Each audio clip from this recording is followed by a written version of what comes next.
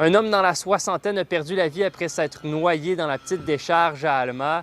D'après les informations de la Sûreté du Québec, l'homme tentait d'amarrer son bateau de type ponton au quai du port de plaisance d'Alma.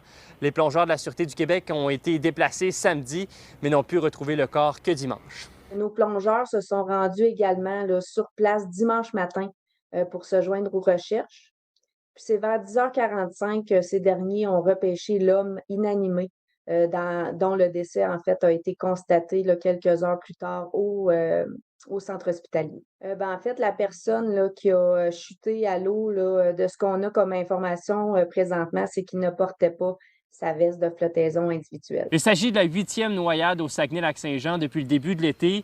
La région ressort du lot par rapport aux autres régions du Québec en termes de noyades, selon la Société de sauvetage du Québec. Le Saguenay-Lac-Saint-Jean est pas une région cette année très privilégiée au niveau du bilan. Donc, c'est 8 noyades jusqu'à maintenant, ce qui vous place en première position de notre bilan ex-aequo avec l'Outaouais. Et juste dans votre région, c'est 15% des noyades qui ont eu lieu et c'est 100% de ces noyades-là qui ont eu lieu en milieu naturel, qui est déjà le lieu où on va répertorier le plus de noyades au Québec. Bon, les meilleurs comportements à avoir, on le dira jamais assez, là, c'est de porter sa veste de flottaison, surtout en milieu naturel. On sait que les gens la portent pas parce qu'ils n'ont pas l'intention d'aller dans l'eau.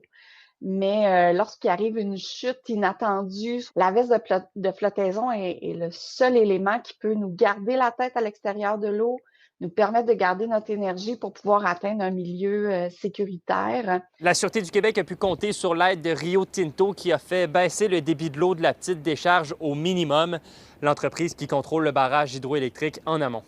À Alma, Louis-Mathieu Corneau pour Nouveau Info.